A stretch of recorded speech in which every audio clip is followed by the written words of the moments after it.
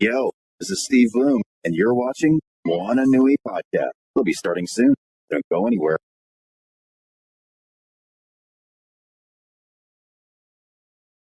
Hey, I'm Veronica Taylor, and from myself and Ash Ketchum, I just want to say, Moana Nui, I choose you!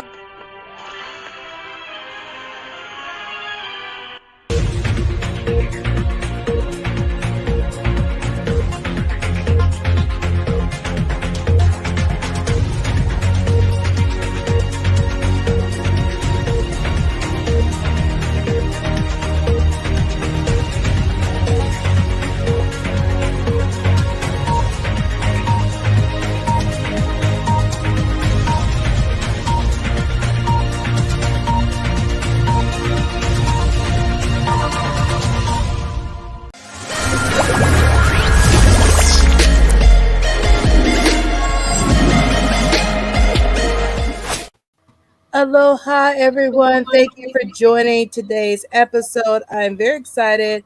Of course, I am doing my recovery, but I have two special co-hosts today. While Moana is in Kauai, I have our awesome guest co-host, Cece the Geek, and also Renee Cooper, who you have seen on our episodes of the past. We're very excited about our guest for today, which we are introducing you, for those that don't know, about Urban NerdCon. With that, we'll go ahead and bring our two guests to the forefront, and I will hand everything over to Renee and Cece. Hi, welcome. And thank you, Dana, for the opportunity What's going on? as well. How you guys doing? Right. All right. Hey, Cece. Hey, everybody. I know. So, hello and welcome to yet another special episode of the Moana Nui podcast. We are your hostesses with the mostesses. I'm Cece the Geek, and I'll let Renee introduce herself as well. Hi, I'm Renee Cooper, and I do con stuff. I don't have a cool nickname as of now. I'm between cool nicknames right now. So, but yeah, professional con person, Renee Cooper. That is a fair title. We're gonna see if we can fix that after the Urban Nerd. Let's see if we can find con one. queen. Yes, Or get one for you. I love it. Well, Rod, and is it Roddy? How do you pronounce Yes, it? ma'am. Roddy. Roddy and Rod G. Okay, I'm with it. Yep. All right. So tell us about tell us about yourselves first and foremost, and All then right, Roddy, you can go ahead. Yeah, and then we can get into Urban NerdCon. Oh, sure. Thanks. Well, my name is Rodney Lewis. I'm a indie game and comic book publisher. Been doing it for a few years. And met up with Roy a few years ago. He did some. Roy is the guy who started the Urban NerdCon. He did some voice work for some game characters I was working on, and we just been friends ever since. And he asked me to come on board and, share some of my knowledge about video games with the upcoming people who are coming to his Urban NerdCon. I thought it'd be fun. All right. Hey, everybody. My name is Rod G, also known as the Five Borough Ronin, also known as Uncle Rod from the Grumpy Old Nerds podcast, which happens on JBN on Wednesdays. And I'm also a geek. I've been in the geek street since 11 years old. Comics, video games, art, tabletop role-playing games, pretty much run the whole thing, anime included as well. And so Roy is actually one of my fraternity brothers. And so I kind of got linked up with him in that respect. And he said he wanted to get an Urban NerdCon going. And so at that point, I decided to kind of pitch in and do what I can to help make it happen. Awesome. And I guess I'll go into who I am and kind of a little of how I got involved. Again, I am Renee. I have been going to conventions since 2012. I've been probably a nerd since Cartoon Network existed. Going to conventions since 2012. Volunteering with conventions since maybe 2016. I started going as press under the with the Aficionados, which was our YouTube channel at the time. Was asked to join on and assist bringing in more press. And then a couple years after that, was asked to assist with programming at DragonCon. So I actually lead the, now I am the director of animation track programming at Dragon and media relations. Well, wait, I got promoted there too. Senior director of media at MomoCon. And our a mutual friend in Atlanta named Tony Cade, who owns Challenges Games, was telling me that this new convention was starting up that was not too far away, and that they could use, kind of all hands on deck to try to get this going for its first year. And I was like, oh, it's Black. Yes, we're going to look into this, and I will see if they want to have some assistance. And hopefully I have not taken too many reins, but I have been doing what I can to assist with just consulting, but also helping keep the programming and stuff organized. So that's where, so I have seen the schedule and have physically All touched it versions and of moved it. Yes. And it's exciting, and it's, happening very close by. I've been to conventions like in Birmingham. It's just a couple hours drive from Atlanta. So I'm excited to have this as an opportunity for not only people who live in Georgia, but people who may live in the surrounding places to come in and visit and congregate in kind of an unlikely city, but there are nerds there, and we will be there. So Yes. All right, cool. So I guess really tell us the story in terms of like how, like, what made you come up with this idea? Like what was the problem you were trying to solve? Although I think I can kind of think of the answer, but I don't want to answer it for you. So what's the problem that you were solving? And then what sets your con apart from the others? Okay, well, I could take the first part. And then also, what fraternity are you in? Phi Beta Sigma Fraternity Incorporated. Okay. Nice. Yep. What's And up? so, all right. So in terms of looking at cons, I think we all can relate to a time in which we go to a con and we're like an ink spot in a glass of milk, and like we're one of the only people of color there. And so, and then we're looking kind of weird, like where's everybody else that looks like me, and they're looking at us like where'd they come from. So, we're trying to get the culture more to a point where it's not so much of an anomaly. And number one, and number two, we know that we have creative people of color all around, and they do a lot of these same amazing things that people at other cons do as well. And so we just wanted to kind of highlight that and make it so that, really, the way I look at it anyway, younger people can get a chance to see people who look like them doing the things that they really think are cool. And so I think this is an excellent opportunity to get that done. Thanks. Cool. It's on you, Miss Cooper. Oh, okay. So Rod D and Rod G have known Roy a little bit longer, probably a lot longer than I have. Rod G is again on the one of the live stream shows that he does with Roy. Rod D, I don't know if you're on that as well, but No. Okay. So my experience has been very similar, where while I do love seeing the growth and more people of color, especially Black people, who are coming to conventions since, honestly, 2012, 2013. Actually, I say 2012, I mean 2009. I don't know. I missed 3 whole years of my life. Oh, I wonder how. But like since 2009. That could be many reasons for that. Exactly.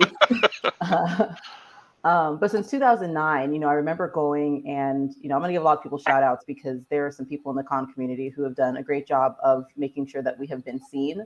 CC, you're already here, you're included. But, at Dragon Con, I remember,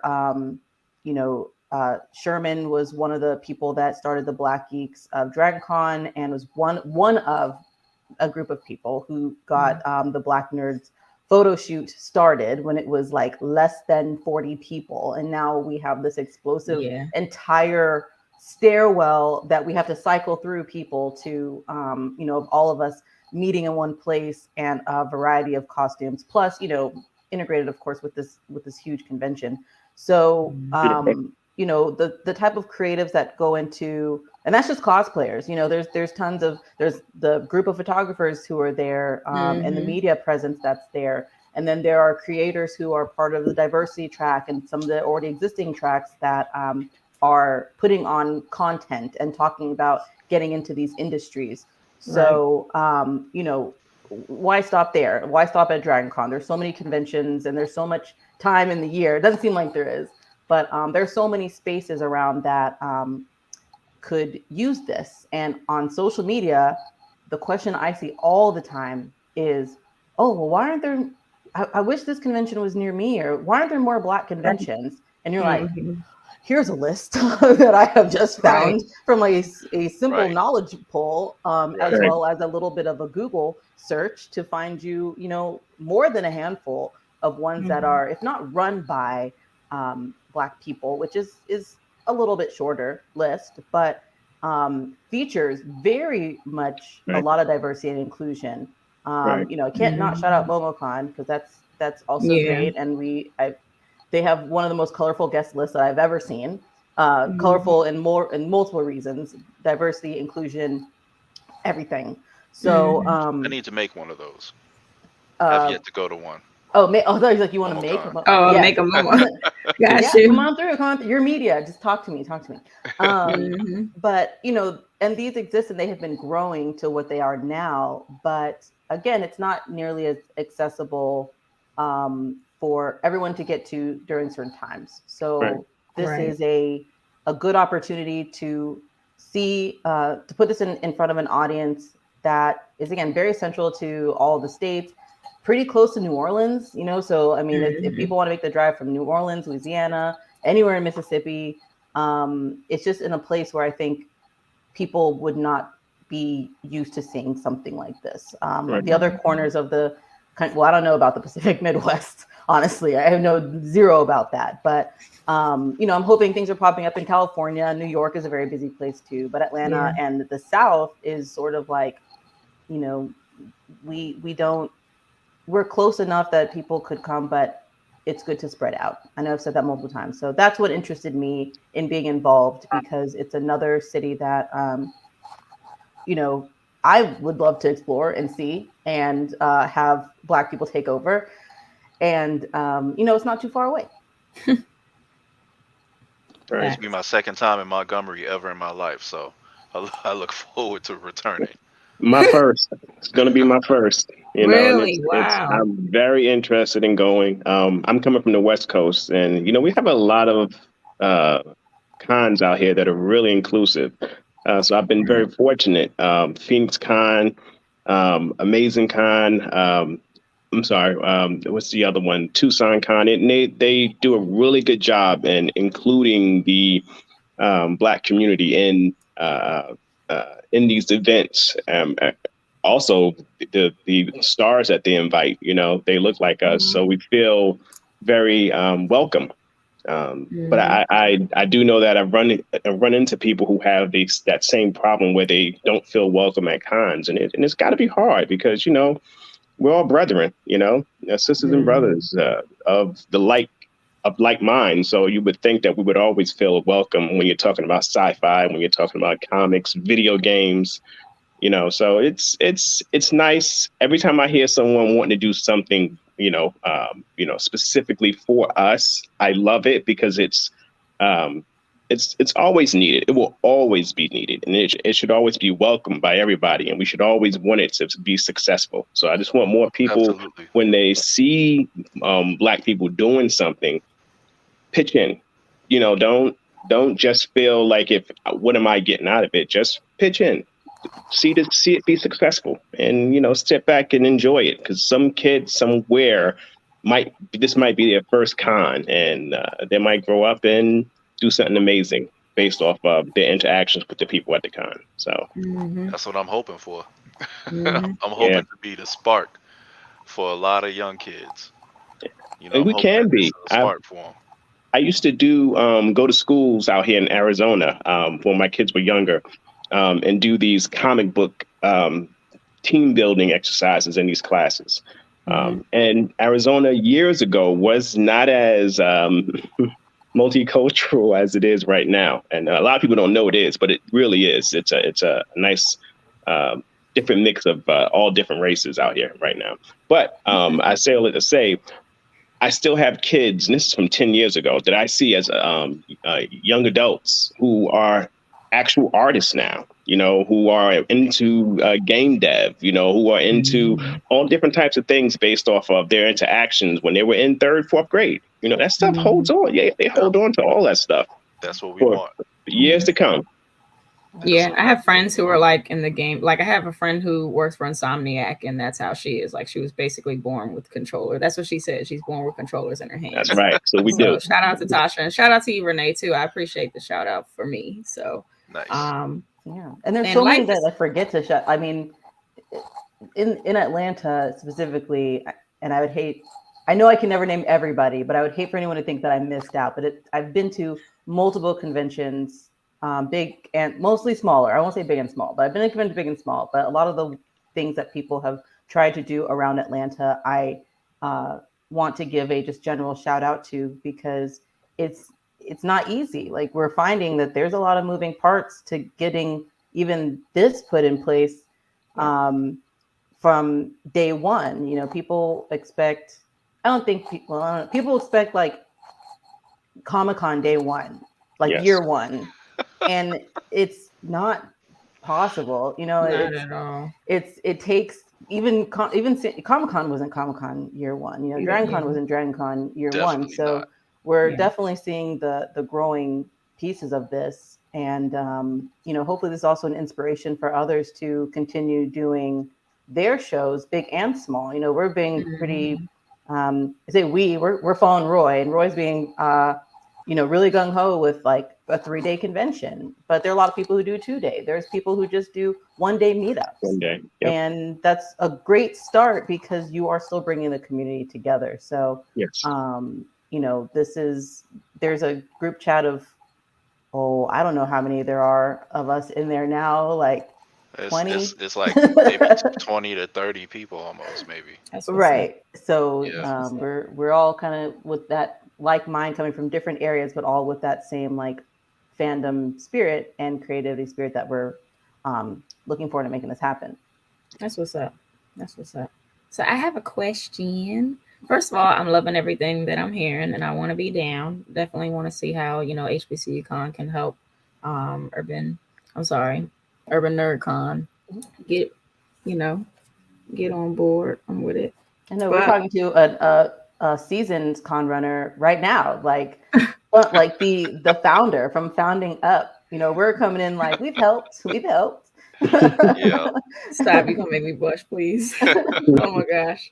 I'll talk about myself a little bit in a second, but my real question to you, because I have my brothers in Birmingham, right? So why Montgomery? And also as a historian too, I want to know like why Montgomery? Why not like Texas? Why not Mississippi? Why not I don't know, Louisiana? Why Montgomery? And why not Birmingham? Why Montgomery, Alabama? Excellent questions. Actually, I think that Roy, while doing some work, because he was working with another production in the Montgomery area, I think that actually got him the chance to meet up with some people in Montgomery. And there he is. Roy Mitchell Evans says Montgomery wanted us. So, you go where you want it, and where people want to make things happen for you. So it's a little easier. I know he tried earlier in some other places, and it wasn't as smooth as he preferred. So Montgomery made it real easy for us to be there. Gotcha. That's what's up. And I have to I want to sing your praises too, Renee, because I feel like we're two of, even though like you've been fluid throughout like the con circuit in terms of like who you work for, so to speak. I have very much admiration and respect for you and what you do. Yeah, for real. I just wanted to Flowers. reciprocate it. Yeah. Let's go. Yeah, but it's on you, girl. What's your question? Oh yeah, we're gonna do some back and forth. So I'm gonna take over this area. Yeah, I'm kind of like, well, I'm kind of like having a brain fart. No, it's fine. So I would love for Rodney and Raji to talk about some of the exciting guests or panels that either you're hosting or that we have on our schedule, basically per your track. We kind of separated people's and gave them tracks per their real interests. So, Rodney, let's start with you. What was your, what track are you sort of helping to build, and some of the key programming that we're expecting? So the track I'm working on is everything I do is going to be gaming based. So I've done the same track for many years at different cons, and they've all had really good turnouts. So I kind of like to stick with what I know people enjoy. One of the main tracks that I do it's actually one of my favorites. It's like, so you want to be a game developer. And all this track does is I give you resources into how to start developing your first game. I get at the end of the panel, they get a link to this book where they can print the pages out, and it gives them a walkthrough on how to start from what engine you should start with, the story idea, what your gameplay is going to be like. It covers the nuts and bolts of the game itself before you even start developing anything. You have to lay down your track, and that's what most people get stuck at when they're creating a video game. It's the how, the why am I developing it? You got to answer all these questions. And that panel does really well because there are people who are, who've never developed, and there's people who have, they're novice developers, and they all come in looking for some answers. We're not teaching them how to program. We're not doing any of that stuff. You do that on your own time. Right now, what I feel with that first panel, it's just about resources, where to start, and how to get the ball rolling. And so I do that panel. I do another panel on distributing your game. And there's some softwares that I use that most people don't even know exist, and a lot of them are free. And I just walk them through the softwares, and again, I'm not teaching them how to use it. I'm just showing them what it can do, and hopefully it sparks something in them so that they can go back home, go to the follow the links that I've sent, that I've shared with them, and start learning this stuff. Start playing around with it a little bit more less fear, because they know what it can actually do for them. And so these are the kind of panels that I do. I usually do about 3 of the same panel and kind of recycle them because they seem to be the most beneficial to people who are trying to get into game dev, or even when I do the comic book development panel, which I'm not doing here because we have a lot of really cool comic book panels. So I didn't feel the need to kind of, jump in on that. But yeah, that's pretty much it. Okay. Looking forward to that. Yeah. Yeah, that's gonna be cool. I want to sit in on some of those actually. Right? Feel free. They are a lot of fun. I'm telling you, they're a lot of fun. People love tons of questions and answers, and sometimes I learn something because there are people who also like to share things that they found out that I might not be up to date on, and I just add that to the to the resource list. So it's all about sharing. Right. Gotcha. That's what's up. So, what kind of con is Urban Nerd Con? Is it a multi-fan convention? I heard you guys talk about comics. I heard you talk about video gaming, or just gaming in general. And are there any other areas that you all focus on? I know you talked about connecting with the youth and providing resources. Yeah.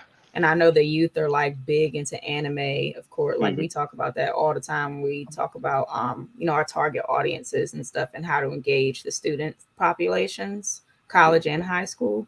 Right. So what other components do you guys focus on to specifically engage the youth in the the local community, I guess? Well, there are not only do we have comics and gaming, we have cosplay, we have horror, sci-fi. We've got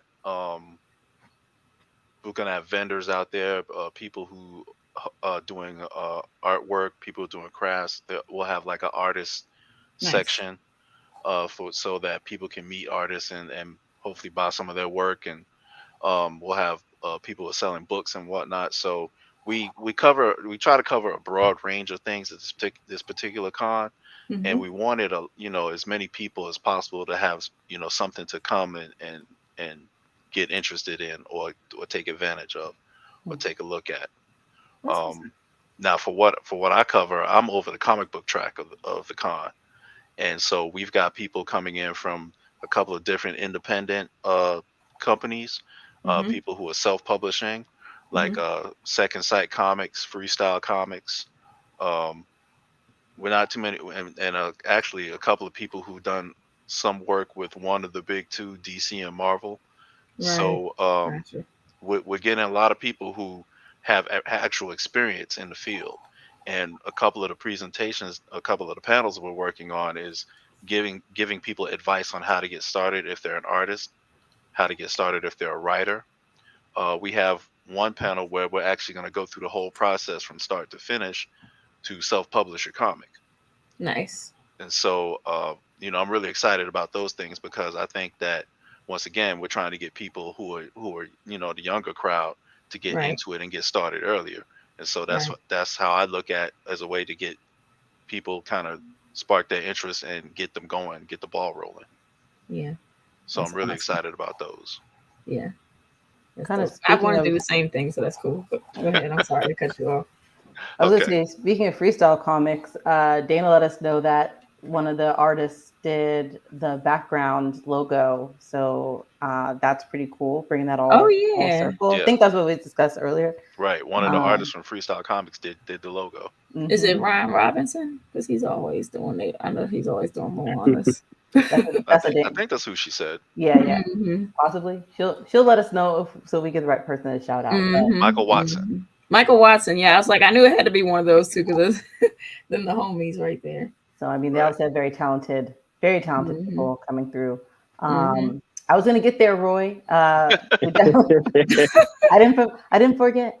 But speaking of being able to, encourage the youth and the next coming generation who's Nice. really hungry for this sort of content to be very outward with their fandoms and to learn. There is a group called the Ed Farm Youth Group Fellows or Youth Fellows, Ed Farm Youth Fellows that Mhm. are coming on Friday. So they're bringing like busloads of kids in just to explore the event and the convention and have like a sort of freestyle safe space to talk to writers, go to some of these panels, engage in the panels and the programming, as well as there's an opportunity if people want to donate in, they can buy the youth ticket. It's on the website. It's like $25, but like 10 of that goes just it's basically a $10 admission, and then, or was it $15 admission, $10 for them to use? Con bucks. Mhm. Yeah, they have Con $10 con bucks to use at any of the vendors that are there. So I'll mention any of like the family friendly vendors that are there.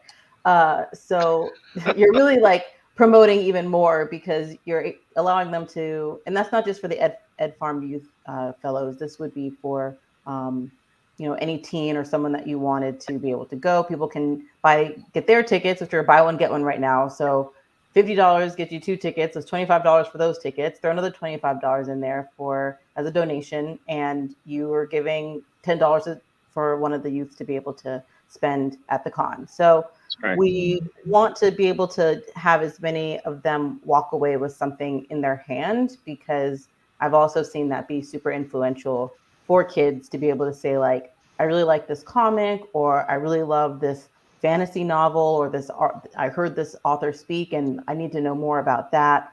And they can leave with, or maybe they just find like a t-shirt or a keychain that they love.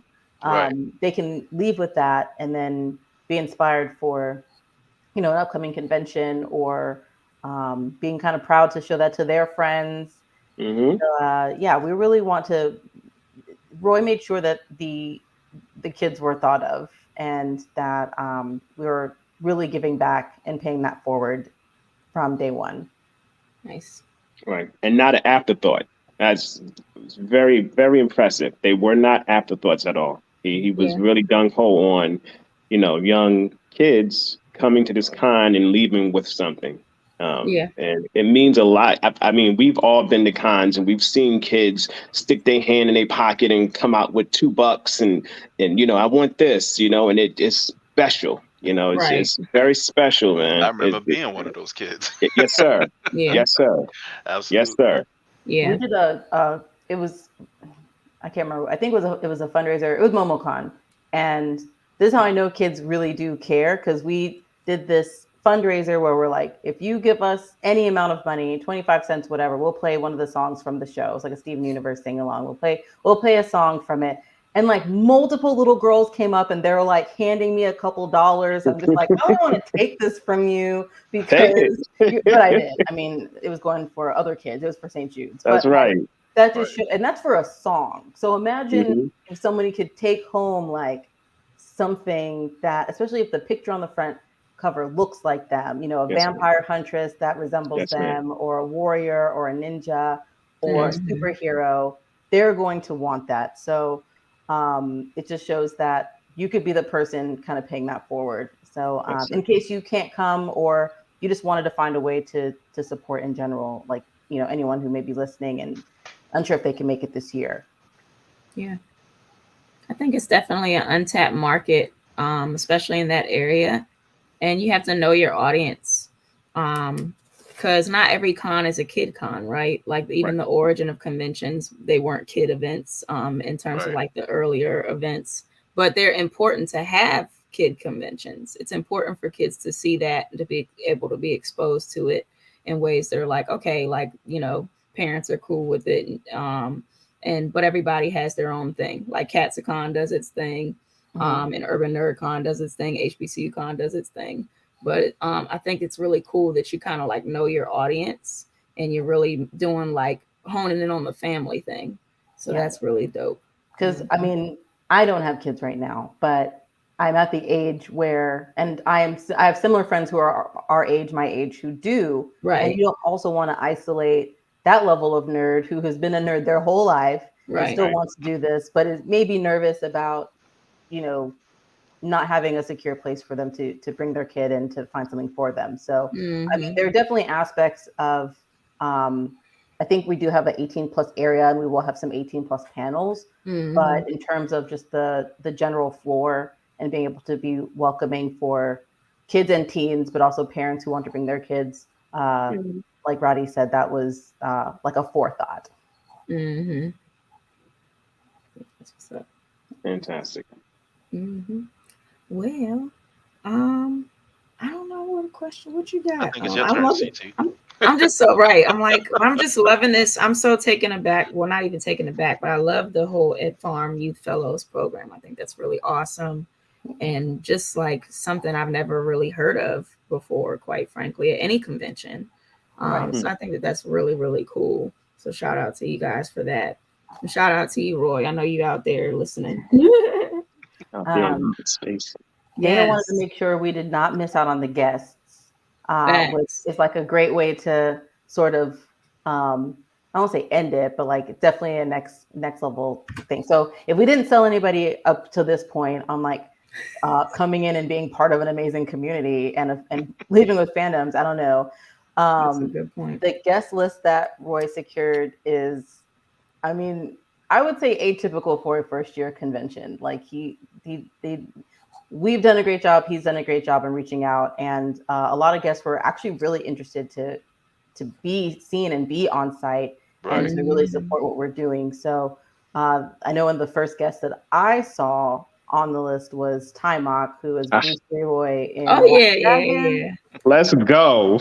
I know. Like, listen to me. Like that? It's a call. Every single one of my kids have watched The Last Dragon at least 10 times. They are all adults now, and they know every scene, and when I get grandkids, they will watch The Last Dragon. It is, yeah. And I have this thing where I tell people, if you listen to the soundtrack, Yeah. you can solve all life's problems by listening to the Last Dragon soundtrack. It's just fantastic. Well, now So, we know why there's so Time many Back fan. problems. I'm gonna have to go back and watch The Last Dragon. I'll be honest, for the first time. Like, I've obviously seen it. It has been. I'm telling you, cartoon. I almost had a stroke, and I'm just recovering from COVID right now. I can't be taking this type of. It's like a religion in New York. Like, it really is. It's a denomination. Like, that's where I'm from, so I can tell you, we watched it. It's a whole the martial arts, especially the Black martial arts community up there is huge. And in Atlanta, low key. Shout out to Shinobi Sean and them. Mm-hmm. But actually, speaking to kind of dovetail off the Timok being a guest, we're gonna have a special screening of The Last Dragon at the con. Nice. We'll also have a fight demonstration with Timok. We're also going to have some content from one of the major Black fight choreographers and stuntmen in the industry named China Mccoy. He's going to be there. Nice. There's another actor who's also a stuntman named Panu, who was in Stargate. He's going to be there. I don't know. I don't remember if he's doing a fight demonstration, but I know he's also a choreographer and a stuntman. So we're going to have people who, again, who you normally wouldn't have thought about, but they're going to be there in terms of doing those kind of things that you don't normally see Black people doing. So, it's going to be a really great opportunity to see that go down. We're also going to have Kevin Grievous, who was the writer of the Underworld films. Nice. He also was I think he was in Underworld 1 and 3, if I remember correctly. And he also, another thing people don't know about, he created I, Frankenstein. I didn't know that. Yeah, and he also created the superhero, the Blue Marvel, for Marvel Comics. Oh, wow. Get out of town. Look at dropping gems. So he's going to be in the horror panels. He's going to be in some horror panels. He's going to be in some comic book panels. So he's going to be all over the place. And this will be, again, a golden opportunity to meet someone who's done it on all kinds of levels. Yeah. I wanted to also throw in Tiffany Tony's name. I think Dana Moana will like this because she is also helping with that stunt choreography. Hold up, Tiffany Tony? Tiffany Tony. I went to college with Tiffany Tony. Well, you got to come now. I'm like, Tiffany Tony. I'm like, why does that sound so fun? I'm like, hold up, Tiffany Tony. I know Tiffany Tony. Yeah. She's Hawaiian born. Hold on. This says she's born in Hawaii. So she may be. That would be news to Texas. Me. I wouldn't be surprised. Okay, did you go to an HBCU? But she does do stunts and stuff. Like, this is probably she says I'm looking at her bio right here. It says America. Say she went to Bowie State. No, but it did say she was something. Oh, this is America's Most Wanted in DC. But I think that has to do with a writer. It's like writer and producer for America's Most Wanted in Washington DC. So she worked in Washington. So that's what I'm like. Now I want to know. If you go to our website, you can see her picture. She's real cute. Okay. So we'll talk later. Just send me the link later. If you went to a HBCU, you have people from everywhere coming to your school. Right. Hey. That'd be really cool. I mean, listen, it's all the 6 degrees now. 4. That's what it is. Yeah, for real. Not just Kevin Bacon. Exactly. I think we're getting further. I actually feel like into the void, right? He's getting moved out, and there are other people getting moved in, and I think Tiffany Tony has just taken his place. But yeah, those are. I just wanted to add that in because another stunt person and woman. Yeah. And then Rob Morgan. So everyone's been watching Stranger Things. The very stern brown sheriff. He's coming. Very stern. Brown sheriff. Okay. He's just trying to do his job. He was also in Luke Cage. And Daredevil. Yeah. He's like cross. Yeah. He's one of those cross characters that goes between like the Defenders shows. So that's gonna be pretty cool to have him on site. Also, we're gonna have a voice actor extraordinaire, Dave Fennoy, who's done all kinds of work in the industry, film, animation, television. He's done all kinds of voiceovers, and trust me, when you hear his voice, you'll be able to attach him to some character from some show. Nice.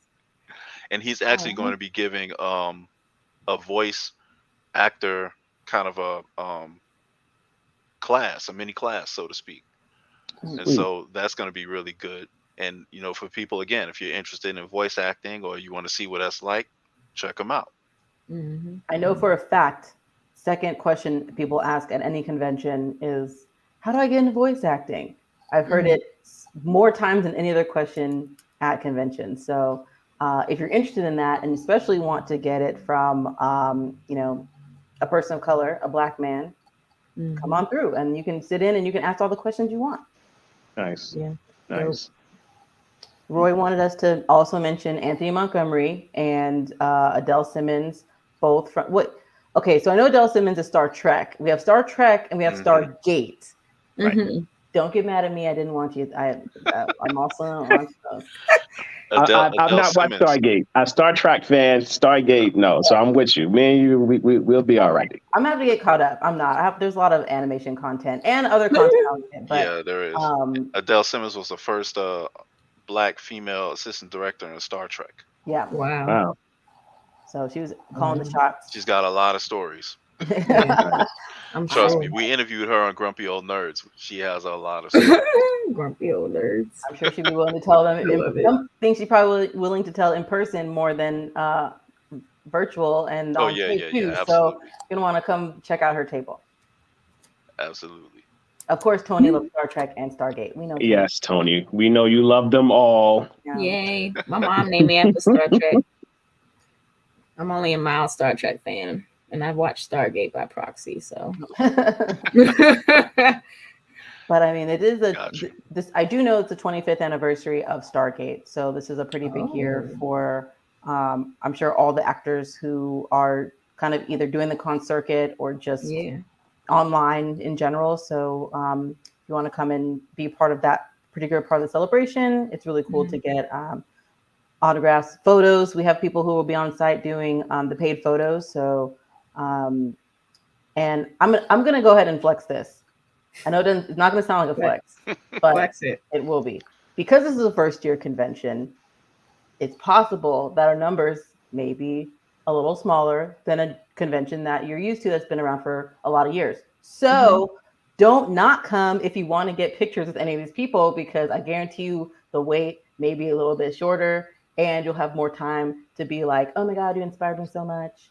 And I just want to ask 3 follow-up questions. More time to interact. Yes, That's right. So that's More what's really intimacy. nice about the intimate cons is, the ones that just start out, you don't have to worry about the big crowds. You can, people used to say that about Dragon. Again, I love Dragon. I'm there. They're like, oh, it's cool because I could run into, Nichelle Nichols on the elevator.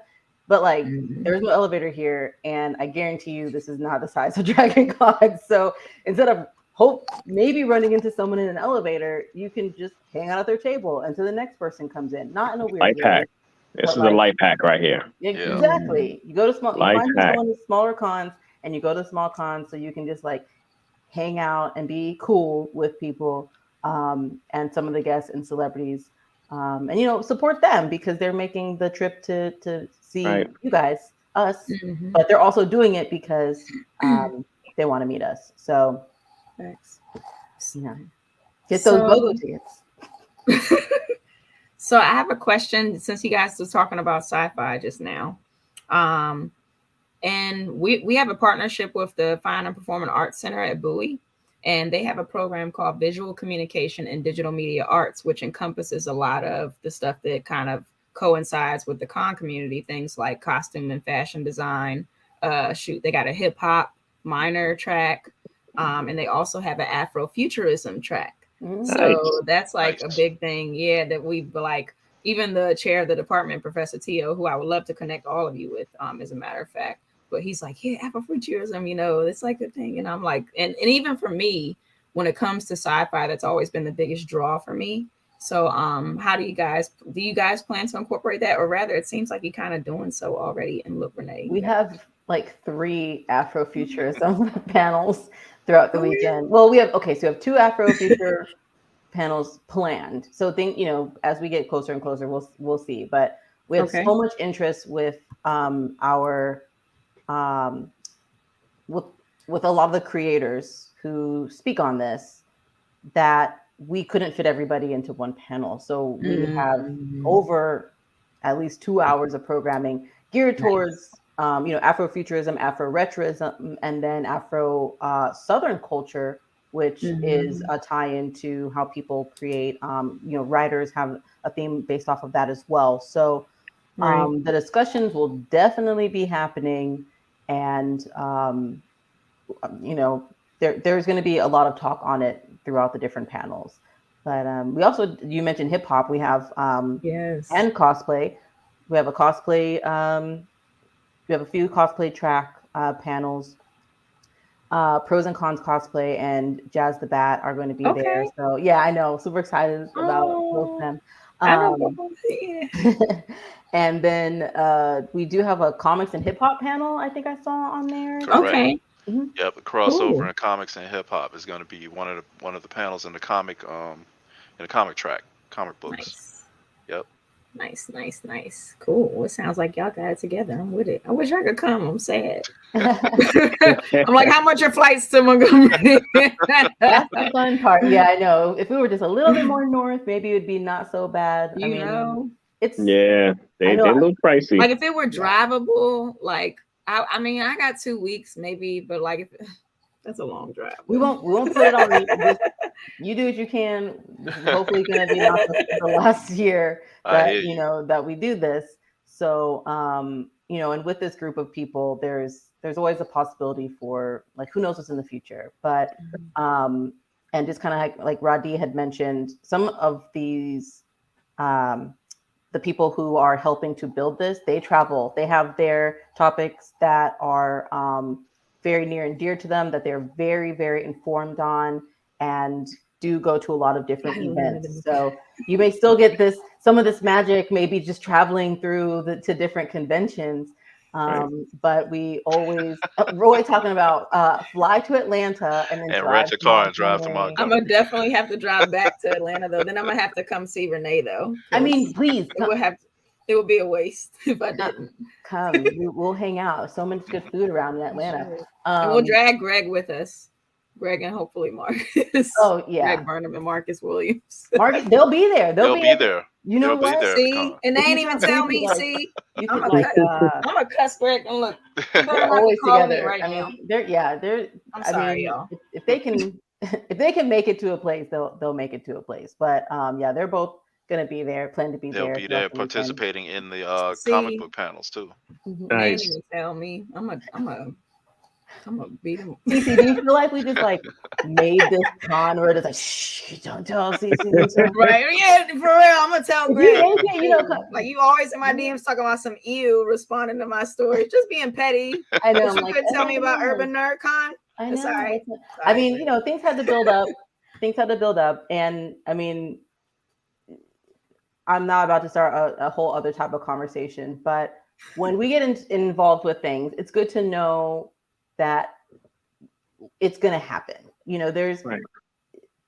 And again, I'm being very careful right now, but we have seen conventions from the past that have started, looked really good on paper, maybe too good on paper, and then they don't happen. It's Urban Nerd Con. I'm not Urban Nerd Con. I'm talking about Universal Fan Con.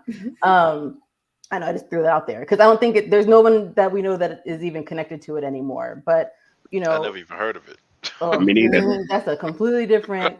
Basically, it touted all these really, again, too good to be true lineup, and then in the very end, it did not happen. So, if we're getting involved in something, it's good to know that we're at least trying to make it work. And the end of that convention, the community kind of came together and was like, we're going to make this happen regardless. But, it's very meaningful to know that people follow through what they're doing. And again, it's not easy to host a convention. It's just not. Yeah. So, definitely not. And Quiet as Kept, that did put like a stain on Black con runners, that incident, especially Black women con runners. Yeah. It was like, oh, okay. People did not when recover. This is happening. Yeah. Their reputations did not recover from it. And I will go down like, it was a fire fest of of Firefest was so Everyone was funny. saying I it was too. watching it unveil when it was happening, and it was the funniest thing in my entire life that I can remember. And that would be horrible if that con was like it. I mean, you know what? It was actually almost worse than Fire Festival because I think the con runners just bounced. Like nobody tried to make anything happen. It was the vendors and people who were local who were like, well, I guess we need to find another space for this and like put together a con in like a day because all these vendors were out and all this sort of stuff was going on. So again, that's a completely different conversation. Oh, that's a mess. General, but it does put a hindrance and a damper on people who on Black con runners. You know, it put a it put a stigma on people even doing what like Kickstarter. And we didn't do a Kickstarter for this, but when people do Kickstarters for their conventions or for their things, like people are like, oh, I don't know. So the ability to just show up and do the thing is very helpful. And, you know, we're talking about this and how hard it is and all these things. But I mean, real shout out to Roy because this is something he wanted to do. I mean, we know a lot of his pockets is going into this, you know, a lot of what they're doing is going into this. And so it's just at this point, we're close and we're ready to make it work. And it's just like, I anticipate, and as Tony just said, come out, support it, and be there with us. But again, this is a first-year con, so we'll expect some feedback. I'm going to expect feedback. I'm going to expect things to be kind of new. But what we do know is we're going to have community there. And I like how you're putting this right now, Renee. I like that. Exactly. Dang, we ate that time up. I was looking and I was like, oh, we still got 30 minutes. And then I was like, dang, we don't. The time goes by really, really fast. It does. But I'm glad that y'all brought that up because a lot of people forget that a lot of first time cons, a lot of funds come out of the con goer founders and the people that are planning it because they have such a passion for this con and they want to give it life. But everyone that is watching and those that are watching on recording, you're the ones who can give it sustainability. By you supporting it, by you giving the numbers, you can give life to have this become more longevity for this particular con. Because a lot of times we know in the con world that if a con lasts past year 7, you know the con is going to stay. But a lot of cons we lose them after year 3. Okay, so that's the line, huh? 7. That's that number. It's something about that between year 3 and year 7, the cons that don't have a good structure and and don't have great management and PR for any issues and things like that, things start falling apart as time goes on, and to the point that it gets either attendees stop going or it's no longer feasible to keep it up. Okay. Shout out to behind the scene who said they're rooting for us. Hey, I appreciate it. Yes, thank you. We're rooting for y'all too, man. Now, I have a question. As being a media outlet that is connecting the community to a lot of things that are going on, how can press outlets be able to apply to cover your convention and even interview some of your guests? I'm gonna take that one. You got it. First, I'm gonna shout out to Roy because he has been getting some major news coverage in Montgomery area. So we are hoping that is going to help us build the excitement in that area because you're reaching immediately local. TV is good. If you're interested in coming through, I've already reached out to like a couple of people who I know are in the Birmingham area or in Alabama. I'm going to say just go ahead and reach out to me. I will just reach out to the page. I've convinced Roy to give me access to the Facebook page. If you reach out to the Facebook or our Instagram page, send a message. I will work with him and we'll work to see about getting you there. And then in terms of having kind of like a media room, because it's year 1 and we don't expect we're expecting a good amount of crowd, but we may be able to get some opportunities based off how I've worked this with other conventions to try to get some exclusives, get you some time with people to get for your different outlets. So I'm gonna have a plan, but like I said, message us on message the Urban Nerd Con on Facebook or Instagram, and just let me know that you're interested in covering. Well, I'll definitely be messaging because I will be there helping Freestyle Comics, but I definitely want to also cover it to make sure to give visibility for those that don't attend to see what all they missed out on. Oh yeah, Dana's coverage is going to be phenomenal. I already know it. So yeah, looking forward to that. But I mean, we got you. We got you. Yes, and please look after her because I've been waiting on her to sit down somewhere while she was. I've been low key like, I know. Come on, Dana. I know you work hard, Dana, but I feel just Actually, so let's see. I'm talking, and Royce. Actually, the guests are contracted to talk with at least one media outlet outside of us. So that's a good opportunity. If anybody is, like I said, local in the Alabama area, if you work for a news outlet, you have a YouTube channel, you have a really good TikTok following. Yeah. Send us a message. We're, content is content, and we want good content of the space, and able to give you opportunities to help boost yourself and to help boost us in this con. Exactly. Absolutely. And especially any of the cons that have the partnership, especially after this con passes, for Rod and Roddy, a lot of cons offer other cons complimentary tables to promote your con, like MomoCon and cons like that. So definitely keep abreast of what other conventions so you can promote leading up next year for that. Excellent idea. I mean, when we go to HBCU Con, we'll just have to ask for a table and just be there. Maybe bring Tori out as well and get some cool stuff. That would be dope. Yeah. I mean, real talk, it's always good to engage with like-minded events. And not only that, but just also like new and emerging events, because then you kind of get to build with them. Definitely that. And then you have that real like close relationship. Not saying you can't have that with the bigger con runners, like Renee was saying, MomoCon, they're real like warm and fuzzy with it. So from what I've been told, at least I haven't had the honor of meeting them personally, but you'll like Jess. Yeah, I hear great things. I hear really great things about the con runners there. Roy, we are already talking to the HBCU con people. He's right here. Oh, are you serious? Listen, I just met the commissioner of the CIAA yesterday. We got to talk offline. Well, I mean, I'm not getting paid, so I guess I could talk about it. I'm the associate director for the HBCU program for the Human Rights Campaign. Yeah. Like, I'm not getting paid, so I have to go through it either.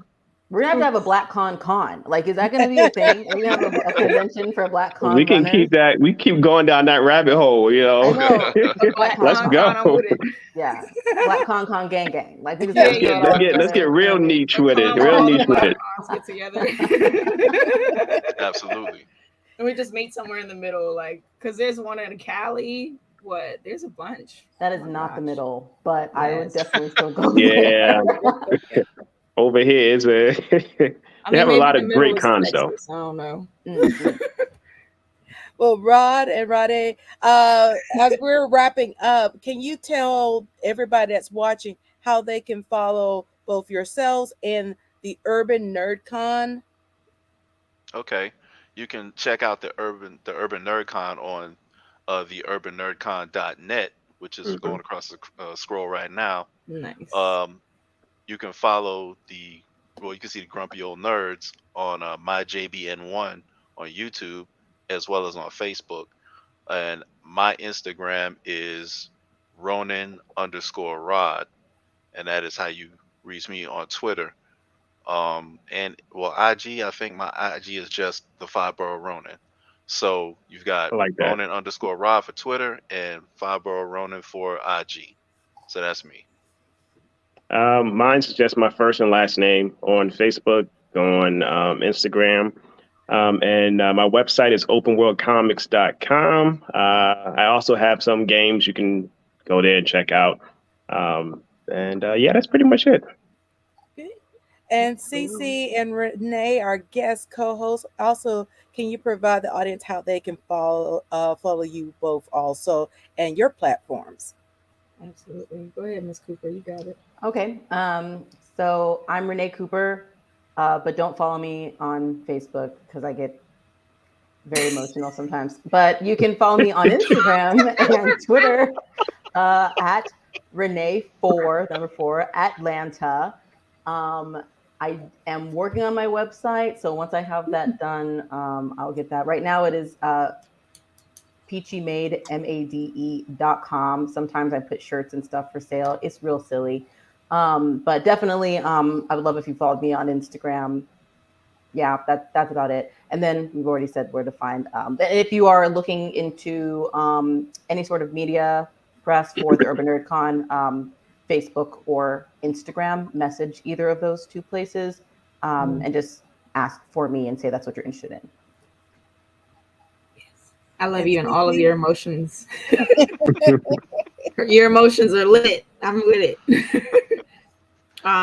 So Don't as follow for, me on Facebook because I get. oh yeah, you go ahead. I'm like, I ain't know what she said, co-host, so I don't know. Go ahead, Raji. Oh no, I'm good. I was just commenting on what Renee said about her Facebook account. We're good. Yes, I love the Facebook account. The Facebook account is lit. That's what Facebook's for. Good, Yeah. a good old fashioned rant. Yeah. Yeah. Right. I literally was just ranting about the new Resident Evil series, how it flared my COVID back up. So Oh my god. Damn. Well, now I have to watch. It's animated, right? Or is it no live action? Oh my goodness! Oh, so You know what? Okay, I'm gonna That's check it out. another 20 hours. Okay, so is this something to watch or avoid? Please avoid it at all costs.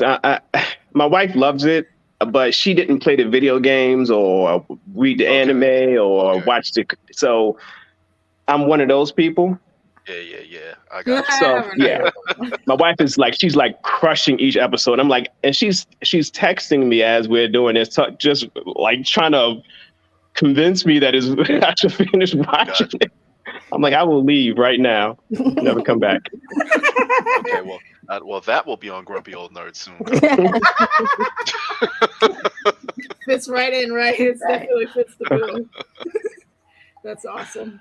And Cece, don't forget to give how to follow you and your Dana. and HBCU Con. Thank you. Yes, as for me, at CC the Geek, pretty much on all platforms except for Twitter. It's my old name, which is CC the Greek Geek, because obviously.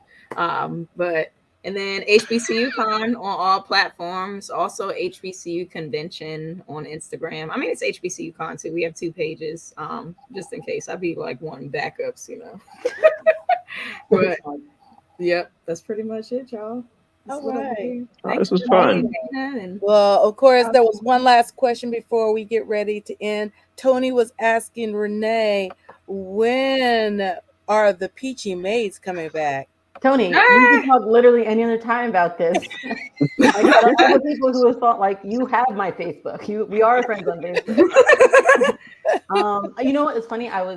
When I first started talking with Roy, he did ask me if I wanted to try that at the Urban Nerd Con, and I said absolutely not. I don't know anybody in. Listen, I can barely get my volunteers. I love all of my volunteers. You're great, moi, choo. But like, hard to get volunteers for this because I work them very hard because they're very cute and I want them to get tips. So in the future, we shall see. We will really see. It's always on my mind. I do miss it a lot, but maybe at a future convention.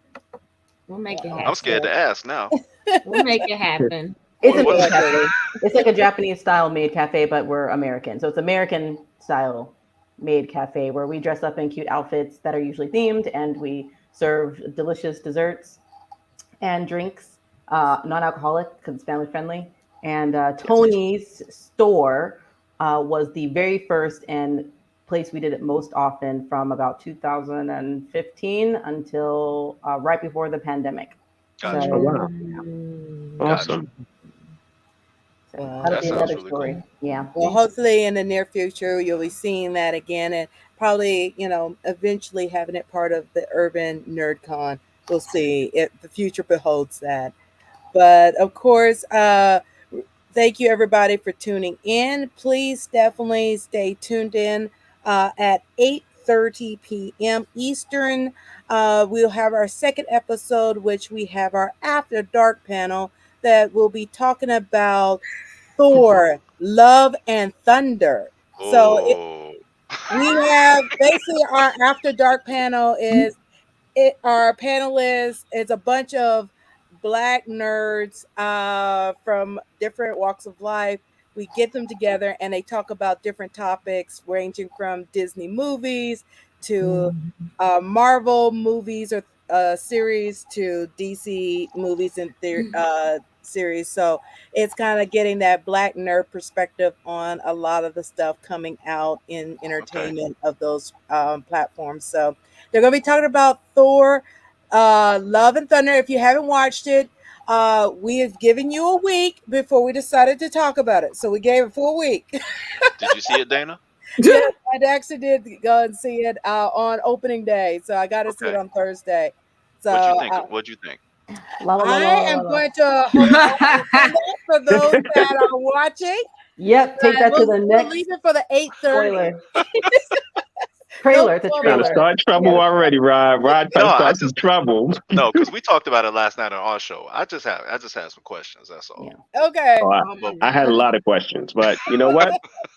I don't want to flare my COVID up, so I'm going to sit back and relax. Well, we'll have to have Wow. y'all both join our episode either on our Facebook, YouTube, Twitch, or Twitter that you could tune in and engage with the panelists about the movie and then probably answer some of those questions you have, Rod. I will tune in. All right. Awesome, everyone. Thank you so much.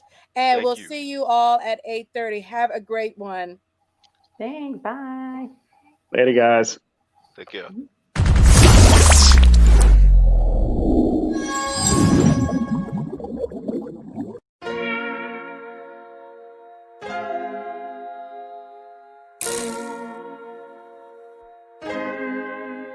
So many stories left to tell, even if we have to ourselves. Can keep history on the shelf. If they won't tell it, we will. If this the land of the free, it was a freedom then. When they annexed Hawaii and called it Cedar Lands. Without any type of payment and no signing off. Called themselves the Republic in 1894. 1.2 million acres overtaken from the native Hawaiians. When they resisted, the West retaliated in violence and erasure. The Hawaiian language is banned as part of colonialism's plan to expand, yeah. Stuck between a rock and a hard place. Multiple bombings of Kaho'olawe. As a part of their ongoing war with Asia. Used it as a place for target practice. No consent or compensation. Colonizers call for annexation. No work out for all the locals. School will never let you know. So many stories left to tell. Even if we have to ourselves. Can keep history on the shelf. If we won't tell it, we will. Too many stories left to tell. Even if we have to ourselves. Can keep history on the shelf. If we won't tell it, we will. We will. So if we put Hawaii into perspective, well, Black and Asian history is interconnected. Considering the fight with the Pacific, then of course, versus Asia, they was treated as a middleman for war. But didn't let the Western colorism run its course, cause dark skin was a sign of dignity to core. The land was taken in the name of capitalism, when prior to it was an actual kingdom. Clap back at the system. Stuck between a rock and a hard place. Multiple bombings of Kaho'olawe. As a part of their ongoing war with Asia. Used it as a place for target practice. No consent or compensation. Colonizers call for annexation. No work out for all the locals. School will never let you know. So many stories left to tell. Even if we have to ourselves. Can keep history on the shelf. If we won't tell it, we will. Too many stories left to tell. Even if we have to ourselves. Can keep history on the shelf. If we won't tell it, we will. So many stories left to tell. Even if we have to ourselves. Can keep history on the shelf. If we won't tell it, we will. Too many stories left to tell. Even if we have to ourselves. Can keep history on the shelf. If we won't tell it, we will. We will.